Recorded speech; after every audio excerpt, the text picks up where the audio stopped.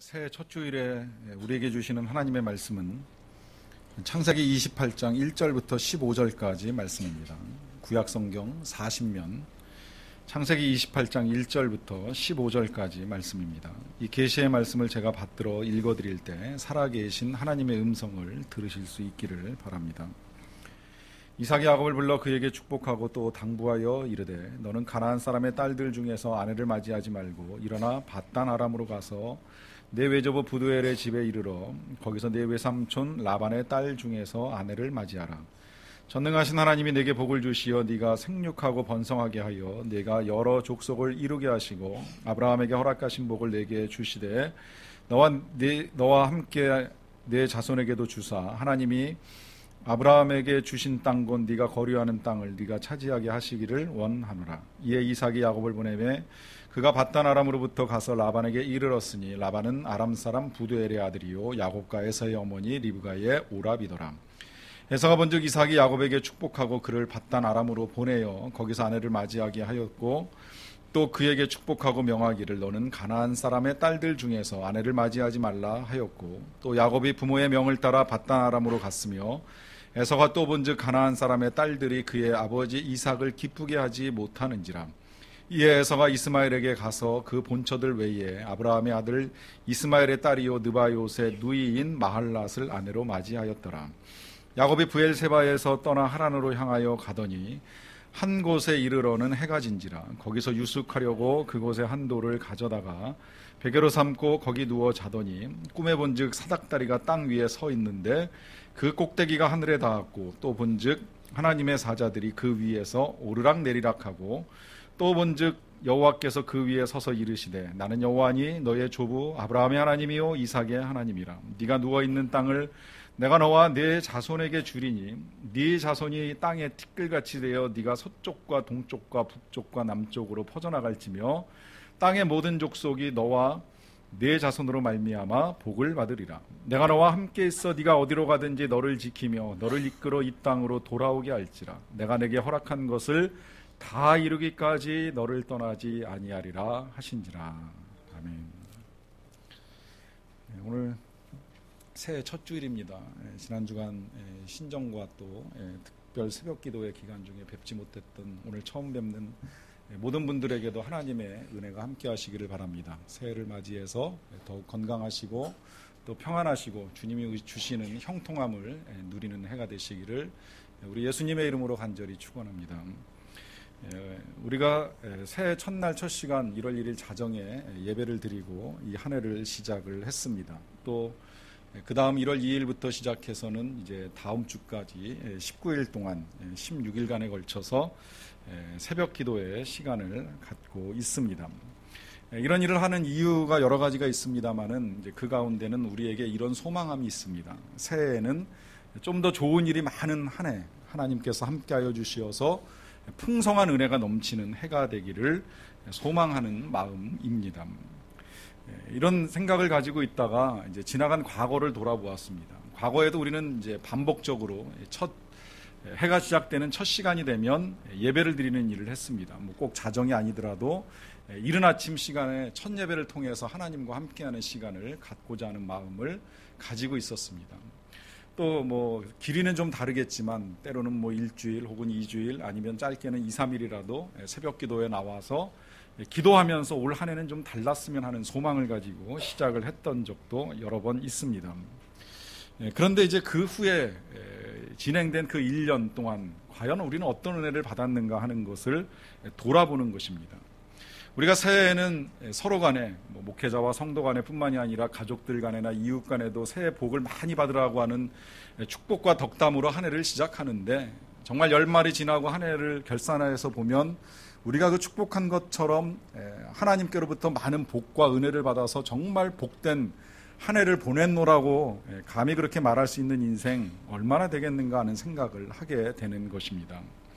또 이런 의문도 있을 수 있습니다. 우리는 새해가 되면 우리의 자녀들에게 축복하는 이야기 중에 올해는 공부 잘하라고 하는 말을 하는 경우도 종종 있을 수 있습니다. 그렇지만 해가 바뀔수록 아이의 성적이 오르지 않고 또 그 일로 말미암아 부모님들의 마음이 더 답답해지는 일도 일어날 수 있습니다. 그렇다면 정말 우리가 축복하는 대로 우리의 자녀들의 인생이 잘 만들어지고 있는 것인가라고 하는 의문이 들 때가 있습니다. 저는 목회를 하면서 이제 이런 부분들이 좀 많이 힘이 들 때가 있습니다. 저는 성도들을 축복하는데 성도들의 형편이 좋아지지 않는 것입니다. 어떤 경우에는 더 악화되는 것을 보게 됩니다. 3년 동안 함께 기도하며 함께 섬기며 왔는데 일이 좋아지기는커녕 오히려 막히고 힘들어지는 경우를 보게 됩니다. 그래서 때로는 너무 힘들어서 정말 도대체 하나님께서 뭘 하고 계시는가라고 하는 생각이 들 때도 있습니다. 그런 상황이 되면 도대체 우리가 하는 축복 혹은 우리가 드리는 기도에는 어떤 의미가 있는 것인가라고 하는 생각을 하게 됩니다. 우리가 신정해 보았던 이 야곱이라고 하는 사람은 누구보다도 축복의 사람이라고 할 수 있습니다. 그는 축복을 갈망했고요. 또 축복받기 위해서 자기가 해야 될 일뿐만 아니라 해서는 안 될 일까지도 하면서 아버지의 축복을 받겠다고 애를 많이 썼습니다. 또 본인뿐만 아니라 어머니가 그 일을 도와주었고 아버지는 모른 척 눈 감아주면서 이 아들을 축복을 했습니다. 이제 그런 그에게 돌아온 첫 번째 복이라고 할 수 있을지는 모르겠는데 그것은 그가 집을 떠나고 어머니와 헤어지는 것이었어요. 이유는 그의 형 에서가 칼을 품었기 때문입니다. 형 에서가 뒤늦게 알게 됐어요. 동생이 자기의 축복을 가로챘다는 것을 알았습니다. 용서할 수가 없었어요. 이거 한 번만이라면 모르겠지만 그 이전에 이미 그가 팥죽 한 그릇에 장자권을 뺏어갔다라고 하는 것도 알았습니다. 물론 넘긴 건 형이지만 나중에 생각해 보니까 이게 아니라고 생각이 드는 거예요. 배고플 때야 다급한 마음에 내 장자권 너 가져가라 그러고 팥죽 한 그릇 얻어먹기는 했지만 시간이 지나니까 괘씸하잖아요. 그까지 팥죽 한 그릇에 자기가 장남 노릇하겠다고 하는 이 동생의 처사를 형이 결코 달가할 리가 없습니다. 그런데다가 이번에는 아버지를 속이고 자기가 없는 틈을 이용해서 아버지가 주셔야 될 그 장자를 향한 모든 축복들을 자기가 다 가지고 가버렸으니 형이 화가 난 거예요. 이 화가 얼마나 대단했는지 나중에 20년 세월이 지나고 난 다음에도 야곱이 돌아와서 형을 만날 때 굉장히 두려워합니다. 몹시 두려움에 떨면서 과연 내가 형을 어떻게 만날 수 있을까 하는 모습을 보여줍니다. 이와 같이 지금 이 에서의 분노가 치솟다 보니까 이제 어머니 리브가가 그가 화가 난 것을 알고 이 동생 야곱을 불러다가 이제 멀리 떠나보내는 일을 하게 됩니다. 그냥 이대로 두었다가는 야곱이 목숨을 부지하기 힘들게 생겼다 싶어서 야곱을 불러가지고 이렇게 말하는 거예요. 일단 형이 너를 죽여서 한을 풀려고 하니까 빨리 일어나서 하란이라는 곳으로 가라는 겁니다. 거기 가면 너의 외삼촌이 계시는데 거기 좀 며칠 머물다가 와라. 그리고 형의 분노가 풀려서 잊어버리게 되면 사람을 보내서 불러오겠다고 하는 약속을 합니다. 이렇게 말한 것은 이제 에서가 다혈질 성격을 가지고 있다 보니까 좀 잠시 화가 나고 끓어오르다가도 시간 지나고 며칠 있으면 좀 가라앉고 잊어버리겠지 이런 생각을 가지고 일단 다녀오라고 부탁을 한 것입니다. 이 부탁을 하고서 떠나보낼 때 이삭이 아들을 야곱을 불러가지고 한 번 더 축복해요. 그 축복하는 내용을 요약하면 두 가지입니다. 하나는 하나님께서 내게 복을 주셔서 생육하고 번성하여 네 자손이 많게 해주시기를 바란다라고 하는 축복이고요. 또 하나는 하나님께서 너에게 아브라함에게 허락하셨던 것처럼 땅을 네가 거류하는 땅을 네가 차지할 수 있도록 도와주시기를 원한다라고 하는 축복입니다. 결국 이렇게 이제 야곱은 축복을 한 번 더 받고 집을 떠나게 되었습니다. 집을 떠나기는 떠나는데 이게 참 어려운 문제입니다. 왜냐하면 지금 사는 곳은 부엘세바라고 그랬고요.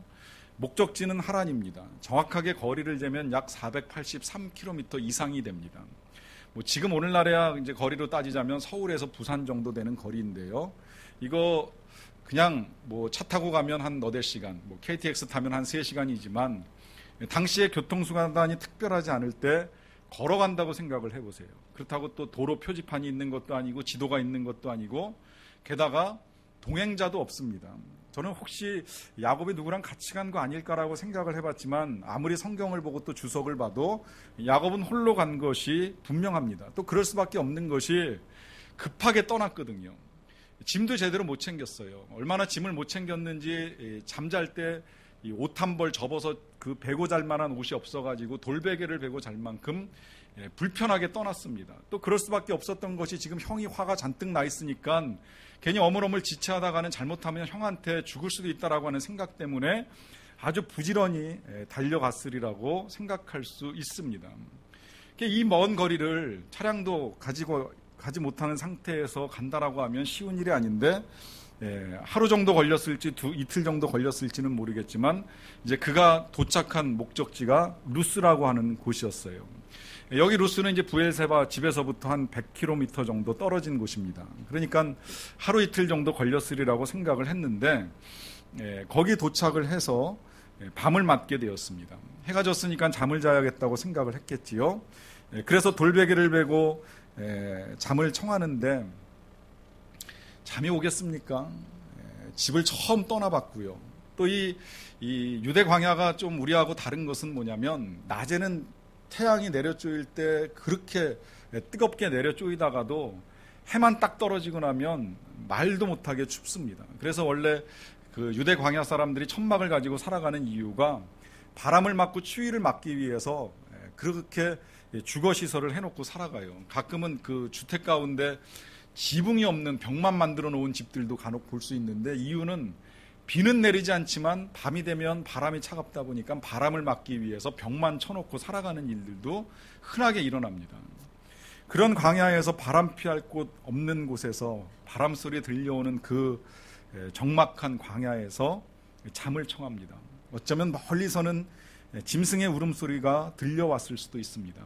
우리말에 정말 집 떠나면 개고생이라고 처음으로 집을 떠난 이 야곱이 말할 수 없는 고생 속에 잠드는 밤이라고 할 수 있습니다. 거기다가 동행한 사람이 없었기 때문에 그 외로움과 쓸쓸함이라고 하는 것은 이루 말할 수 없겠지요. 이때 야곱의 기분을 한번 생각을 해봅니다. 내가 축복받았는데, 축복받기 위해서 별짓을 다 했는데, 그래서 받아냈고 또 집을 떠나면서 아버지가 다시 한번 또 나를 위해서 축복을 해줬는데 그 결과는 집을 떠나는 것이라는 거예요. 그 축복이, 그 아버지로부터 그렇게 받아낸 그 축복이 지금 이 캄캄한 광야 한복판에서 홀로 잠을 청하는 자신의 삶과 과연 어떤 관계가 있다는 말입니까? 이것이 형의 축복을 가로채고 또 아버지의 축복을 받은 야곱이 제일 먼저 겪은 일입니다. 집을 떠나는 것이었어요. 마치 많은 축복을 받고 또 많은 기도를 가지고 새해를 시작해도 우리의 삶이 별로 나아지지 않는 그런 우리의 인생 같은 모습을 보여줍니다. 그리고 나아지기는커녕 오히려 더 악화되는 상황들을 맞이하고 있습니다. 그런데 여러분, 우리가 이때 제일 먼저 알아야 될 것이 있습니다. 떠남은 분명히 고통입니다. 하지만 떠남 그 자체가 복입니다. 왜냐하면 이 떠남으로 인하여서 우리는 하나님을 만날 수 있기 때문입니다. 그리고 이 떠남으로 인하여서 우리는 하나님의 은혜를 경험할 수 있기 때문입니다. 오래전에 구본영 씨가 쓴 책 익숙한 것과의 결별이라고 하는 책이 있습니다. 이 책은 IMF가 터지고 나서 출판이 되었다가 2007년에 다시 개정판으로 또다시 출판이 되었는데요. 이 IMF 때에 우리나라 사람들이 일을 하다가 갑자기 회사가 문을 닫고 직장을 떠나야 되는 일들을 겪으신 분들이 많습니다. 굉장히 힘들어했습니다. 10년, 20년 익숙하게 다녀온 직장을 떠나는 일은 누구에게도 쉬운 일은 분명히 아닙니다. 그런데 저자는 분명히 말합니다. 익숙한 것은 편하다. 편하지만 그러나 때로는 그 익숙한 것에서부터 벗어나야지만 발전할 수 있고 진보할 수 있다는 것입니다. 저는 이 말이 틀리지 않다고 생각을 합니다. 익숙한 것이 편한 건 틀림이 없어요. 하지만 익숙한 것을 벗어날 때 하나님은 우리에게 또 다른 은혜를 예비하고 계십니다. 예를 들어서 지금 우리가 진행하고 있는 특별 새벽 기도의 시간만 하더라도 그렇습니다. 저는 10년 이상을 해도 새벽 기도가 늘 어렵습니다. 그런데 안 하던 새벽 기도를 1년에 한 번 특별히 한다고 하니 얼마나 여러분들이 더 어려우실까라고 하는 생각을 많이 합니다. 익숙한 것은 늦게까지 자는 거지요. 그게 훨씬 편안하지요. 그런데 새벽을 깨우고 이 추운데 차를 끌고 나와서 그 기도 모임에 참여하는 것, 그 어느 것 하나도 우리를 편안하게 해주는 건 없어요, 분명히. 하지만 그렇게라도 나와서 함께 기도하는 시간을 가지면 하나님께 찬양하면서 드리는 감격도 있을 수 있고, 또 기도하면서 하나님께 대한 소망도 가질 수 있고, 말씀을 통해서 알지 못했던 하나님의 뜻과 은혜들을 깨달을 수 있는 기회들을 가지게 된다라고 하는 것입니다. 우리가 아마 이제 올해는 교회 환경을 바꾸는 일도 하게 될 터인데요, 불편할 것이 예상이 됩니다. 저도 이 환경에서 한 3년 가까이 살다 보니까 익숙해요. 이 작은 공간 안에서 모든 것이 정말 제가 눈 감고도 찾을 수 있을 만큼 익숙하게 제 몸에 배어 있습니다. 환경이 바뀌면 공간은 넓어질지 모르겠지만 이제 그만큼 행동 반경도 넓어져야 되고, 여기서 익숙했던 것들을 다 버리고 또 다른 습관들을 우리는 익혀 나가야만 합니다. 불편합니다. 하지만 기대합니다. 달라진 환경 속에서 하나님께서 우리에게 베푸실 은혜가 있다라고 하는 것을 저는 기대하고 있습니다. 오늘도 벌써 몇 가지가 바뀌었어요. 여러분들 보시면 뭐 주보의 작은 형식들도 바뀌었고, 또 예배 순서의 일부분이 바뀌었습니다. 이런 변화들이 때로는 낯설게 느껴질 수도 있겠습니다만은, 그 모든 변화들은 다 하나님의 은혜를 향한 열망 가운데 진행되는 일들입니다. 여러분 생각을 해보십시오. 아브라함이 만약에 변화를 두려워하고 그가 살던 땅 갈대아 우르에서 머무르고 더 이상 떠나지 아니하였다면 어땠을까요? 그의 아버지의 직업은 우상을 만들어서 파는 사람이었었고, 아브라함도 아마 그 업을 이어받아서 우상 만들고 우상 파는 것을 생업으로 알고 살았을 것입니다. 그러나 그는 그 고향 갈대아 우르를 떠남으로 인하여서 신분의 변화를 일으킵니다. 우상 장사에서 믿음의 조상으로 삶을 바꾸게 됩니다. 베드로가 살던 곳은 갈릴리 바닷가입니다. 그의 직업은 그물 던지는 어부였습니다. 그곳을 버리지 못하고 그가 만약에 그곳에 머물러 있었다면 그는 그렇게 인생을 살다가 생을 마감했을 것입니다. 그러나 이 베드로가 예수님의 부르심을 받고 그의 삶을 바꾸었을 때 그는 예수 그리스도의 수제자요 또 초대교회의 사도로 새롭게 은혜를 누리게 됩니다. 그러하기에 떠남이라고 하는 것은 고통이지만 이 떠남은 우리의 영혼을 성숙하게 해줍니다. 오늘 축복을 받은 이 야곱이 집을 떠나야 하는 고통은 있었습니다. 하지만 그것은 그로 하여금 다시 그를 성숙하게 하고 하나님을 만나는 축복의 기회가 됩니다. 하나님은 그렇게 그가 집을 떠나서 외로운 광야에서 간밤을 지새우게 될 때 찾아오셨습니다. 찾아오셔서 그의 꿈 가운데 보여주셨는데, 야곱이 꿈 중에 보니까 사다리가 보였고요. 그 사다리가 하늘에 닿았고 그 사다리 위아래로 천사가 오르내리고 있었습니다. 이때 하나님께서 나타나셨습니다. 우리는 알아야 됩니다. 왜 하나님께서 이때 이렇게 나타나시는가? 그것은 그 누구보다도 하나님께서 지금 야곱이 어떤 상황에 있는지, 얼마나 힘든 상황에 있는지를 가장 잘 알고 계시기 때문입니다. C.S. 루이스가 이런 말을 했지요. 고난은 그 백성을 찾아오시는 하나님의 확성기이다. 고난이라고 하는 것은 하나님께서 살아계시다라고 하는 것을 알려주시는 신호라는 의미입니다. 고난은 하나님께서 그 백성에게 나아오라고 소리지르는 것입니다. 평안할 때에 만날 수 없었던 그 백성을 고난 가운데 찾아오셔서 고난 가운데 하나님을 만나기를 원하고 계시는 것입니다. 그러하기 때문에 지금 현재의 삶이 고달프고 힘들다면 우리는 들어야만 합니다. 하나님의 음성을 들어야 하고 하나님께서 나오라고 말씀하시는 것을 들을 수 있어야만 합니다. 우리 사랑의 하나님은 결코 우리의 고난을 외면하지 아니하십니다. 찾아오셔서 말씀하십니다. 하나님의 말씀은 야곱에게 이렇게 시작이 되었습니다. 나는 여호와니 너의 조부 아브라함의 하나님이요 이삭의 하나님이라. 여러분, 하나님께서 지금 이렇게 자신을 소개하는 이유를 좀 알아야 될 필요가 있어요. 나중에 이게 이제 이 야곱까지 덧붙여지면서 모세를 만나실 때에는 아브라함의 하나님, 이삭의 하나님, 야곱의 하나님이라고 하나님이 하나님 자신을 그렇게 소개합니다. 왜 그럴까요?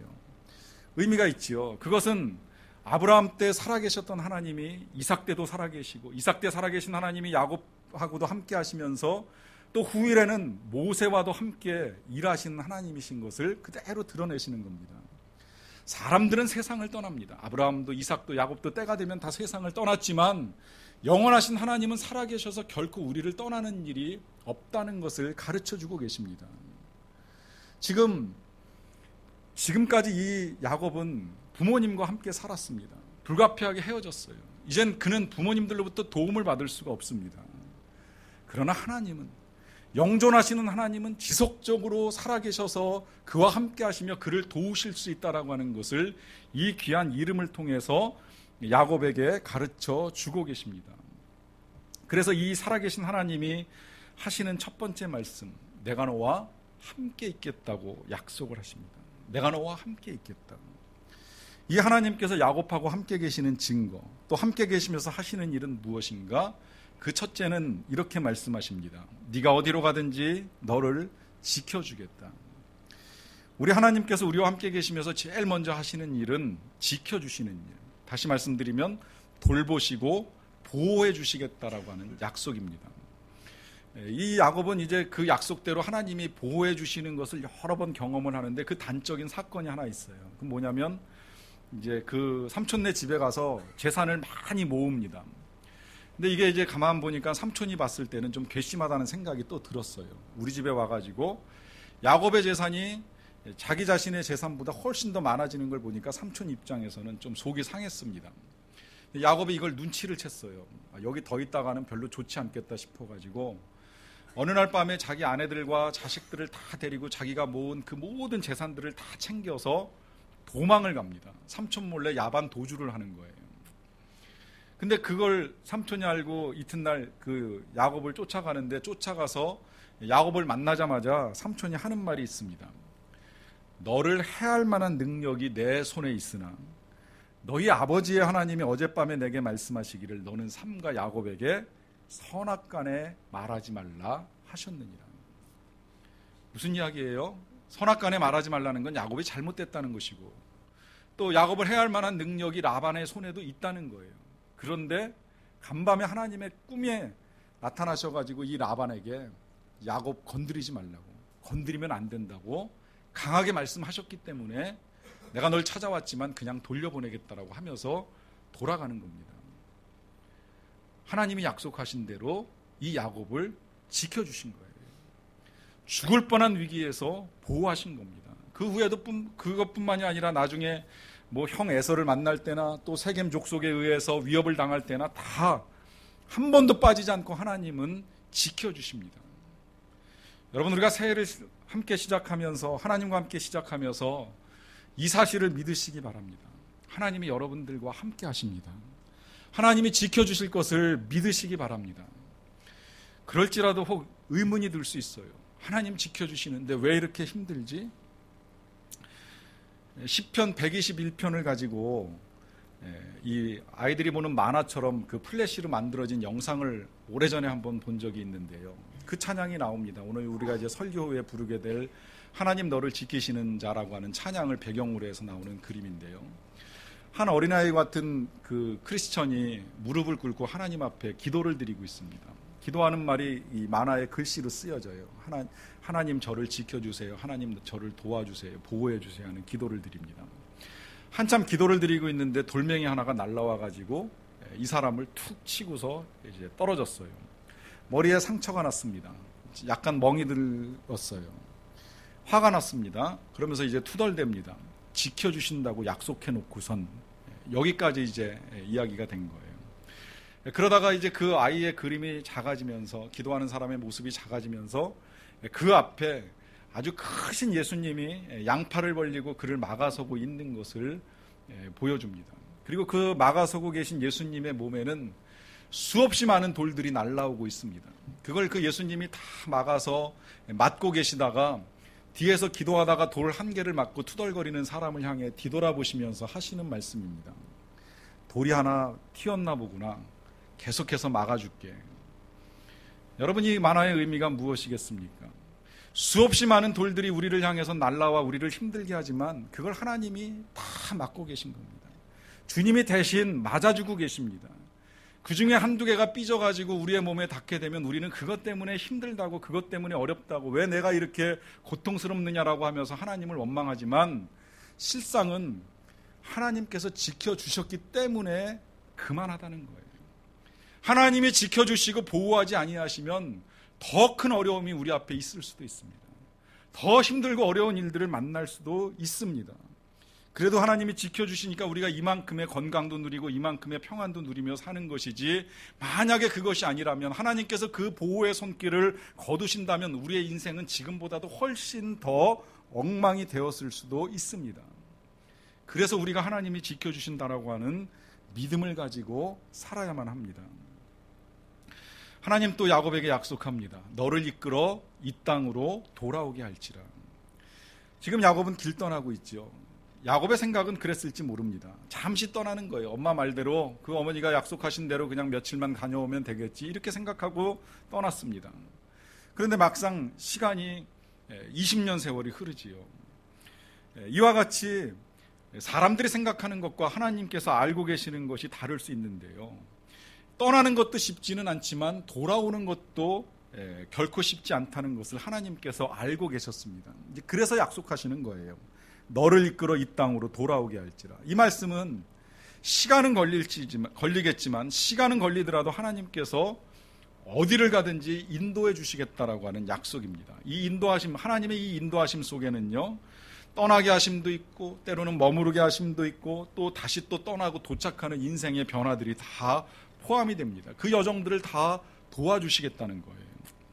실제로 야곱은 이제 하나님의 인도하심을 받고 그 바단 아람까지 가지만 거기에서 또다시 때가 되어가지고 돌아오게 되죠. 오다가 세겜에 머물렀다가 또 그 세겜 족속들에 의해서 죽을 뻔하니까 하나님이 그 다음에는 베델로 인도하시고요. 그래서 이제 베델로 돌아와서 잘 살다가 또 흉년 만나가지고 죽을 뻔하니까 이번엔 하나님이 먼저 보낸 그 요셉이 있는 곳 애굽까지 인도하셔서 살 길을 열어주세요. 이와 같이 하나님께서 이끌어 주시겠다라고 하는 약속입니다. 그런데 문제는 이제 하나님께서 여기서 말씀하시기를 이 땅으로 돌아오게 할지라고 말씀을 하시는데요.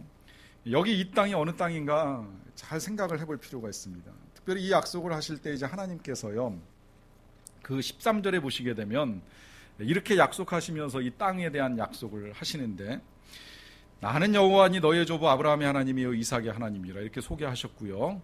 네가 누워있는 땅을 내가 너와 네 자손에게 주리니 네 자손이 땅의 티끌같이 되어서 내가 서쪽과 동쪽과 북쪽과 남쪽으로 퍼져나갈 것이라 그래요. 그러면 이 땅이 그냥 작은 땅이 아니지요.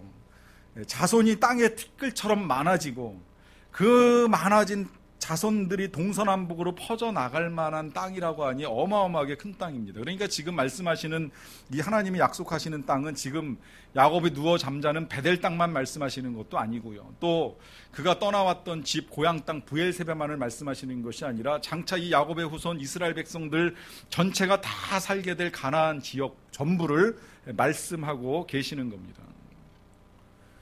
네, 여러분, 지금 이렇게 말씀하고 계시는 하나님의 그 계획하고 야곱이 처한 현실하고 이렇게 놓고 비교해 봅니다. 너무 괴리가 크지 않습니까? 지금 야곱은 이 밤에 하룻밤 지내는 것도 버거운 일이에요. 그 외로움, 그 쓸쓸함도 말할 수 없거니와 당장이라도 갑자기 들짐승이 나타나면 그 들짐승의 밥이 될 수 있습니다. 광야에 산도적대들이라도 나타나면 어찌 될지 모르는 풍전등화 같은 인생입니다. 그런데 하나님 지금 말씀하시는 건 아주 먼 미래, 너의 후손이 땅에 티끌같이 될 것이다. 그리고 그 티끌 같은 너의 후손들이 이 땅을 다 차지하게 될 것이다. 동서남북으로 퍼져나가면서 땅을 차지하고 그 복의 근원된 삶을 살 것이라고 하는 약속을 하십니다. 당장은 모르지만 우리가 이제 뒤늦게 성경을 통해서 알게 되는 것은 이 말씀이 성취가 되잖아요. 이것이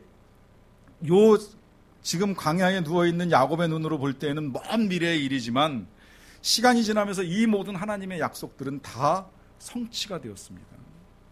이것이 하나님께서 그 백성들과 함께 이루시는 이 일입니다. 그리고 하나님께서는 이 일이 성취되기까지 그 택하신 백성들과 함께 가시겠다고 약속을 하십니다. 그것이 당장 우리 눈앞에 보이지 아니할지라도 그러나 하나님은 그 모든 일들을 이루십니다. 우리가 하나님을 신뢰할 수 있는 이유가 바로 여기에 있어요. 당장은 내가 원하는 일이 이루어지지 않을 수 있습니다. 그럴지라도 하나님은 장기적인 계획을 가지고 긴 안목으로 우리와 함께 하고 계시는 것입니다. 그 증거가 이제 오늘 말씀 마지막에 이렇게 기록되어 있습니다. 하나님이 마지막에 다시금 야곱에게 또 이렇게 말씀하십니다. 내가 내게 허락한 것을 다 이루기까지 너를 떠나지 아니하리라. 여러분, 이보다 더 귀한 약속이 있습니까? 하나님이 다 약속하시고 난 다음에 이 모든 것, 이 허락한 것 다 이루기까지 너를 떠나지 아니하리라. 우리가 정말 하나님을 대면하여 이 귀한 말씀 들었다면 우린 가슴 벅찬 희망 때문에 가슴이 벌렁거려서 아마 잠을 설치고 밤을 지새웠을 것이라고 생각을 합니다. 실제 이제 우리 다음 주에 보겠지만 야곱이 그랬어요. 잠에서 깨어 일어나 아주 감격스러워합니다. 그리고 실제로 하나님께서는 이날 이후로 야곱과 함께 하시면서 그의 생애 130년 다 되도록 동행하시고 지켜주십니다. 여러분, 우리가 이런 하나님께서 함께 하심을 믿는 믿음을 가지고 이 한 해를 시작하기를 원합니다. 하나님은 분명 야곱만의 하나님은 아니십니다. 우리 모두의 하나님이십니다. 그래서 하나님은 이미 우리를 선택하셨고 우리를 찾아오셨습니다. 우리와 함께 하시며 우리를 떠나지 아니하시겠다고 동일하게 약속하십니다. 새해를 맞이하는 여러분들의 삶은 어떻습니까? 어떤 변화들이 여러분들 앞에 놓여 있습니까? 때로는 그 일로 인하여 두렵거나 걱정되는 마음을 가지고 계시지는 않습니까? 우리는 알게 모르게 지금 크고 작은 변화 앞에 놓여 있습니다. 국가적으로 정치적인 변화도 있을 것이지만 경제적으로 또 어떤 일들이 일어날지 예측하기 힘든 세상 속에 우리가 살아가고 있습니다. 교회적으로 일어나는 변화들도 어느 정도는 감이 잡히긴 하지만 그 변화들 속에서 우리가 분명히 알아야 될 것이 있습니다. 그것은 우리 하나님이 함께 가신다는 사실입니다. 그 하나님은 우리가 힘들수록 떠나지 아니하십니다. 그리고 우리에게 그동안 말씀하신 것들을 이루십니다. 도와주시고 지켜주실 것입니다. 그 믿음으로 나아가 함께 하나님께서 함께 계심을 경험할 수 있는 그런 새해 되시기를 간절히 축원합니다. 우리 이 시간에 조용히 눈을 감고 하나님의 말씀을 다시 한번 묵상합니다. 하나님이 오늘 우리에게도 이렇게 말씀하십니다. 내가 너와 함께 있어. 네가 어디로 가든지 너를 지키며 너를 이끌어 이 땅으로 돌아오게 할지라. 내가 내게 허락한 것을 다 이루기까지 너를 떠나지 아니하리라. 분명한 하나님의 말씀과 약속입니다. 여러분이 하나님의 약속을 붙들고 한 해를 시작하십시오. 이 하나님께서 함께 계심을 믿으면서 이 한 해를 출발하시기 바랍니다. 이 시간에 여러분들이 하나님 앞에 그렇게 기도하면서 나아가셨으면 좋겠습니다. 하나님, 올 한 해 내가 하나님과 동행하기를 원합니다. 말씀대로 지켜주시고 말씀대로 보호해 주시고 말씀대로 우리의 소원을 이룰 수 있도록 도와주시고 그래서 하나님이 나와 함께 계신 것을 볼 수 있는 한 해가 되게 해 주십시오. 여러분들 각자의 목소리로 조용히 하나님께 그렇게 간구하며 기도하는 시간 잠시 갖도록 하겠습니다.